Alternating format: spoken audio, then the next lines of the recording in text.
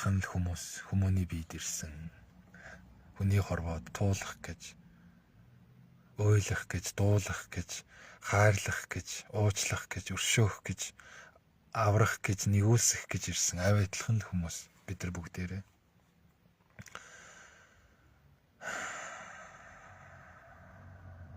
Амьдрал хэмээх энэ богинохон туулалдаа амжиж чадхаараа нэг нэгэндээ сайн сайхан зүйлийг хуваалцсан байгаарай. Өгөн байгаарай, хилэн байгаарай. Яг одоо л таны дотроос хэлмээр байгаа, санагдмаар байгаа нэгэн гоё үг байх юм бол тухайн хүндэн зориулаад тэр л агшинд зүгээр л хуваалцчих, гаргачих, өгч, өрөөч. Дараа хожим, маргааш хэдэн жилийн дараа биш ээ.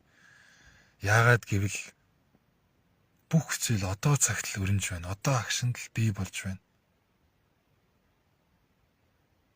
Одоо энэ таны дотроос гарах гээд байгаа, хэлэгдэх гээд байгаа, ихшгэлэх гээд байгаа, урам хайрлах гээд байгаа, дэмнэх гээд байгаа энэ гоё мэдрэмж чинь, энэ гоё энерги чинь энэ одоо цагтаа л яг энэ л агшиндаа хамгийн үнцэнтэй.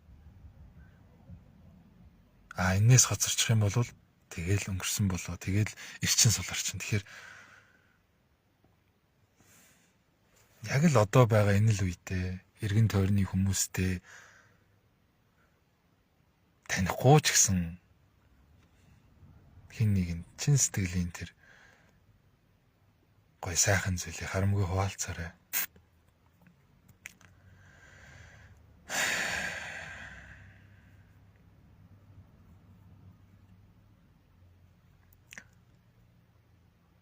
Та бидний орчлон ганцхан штэ.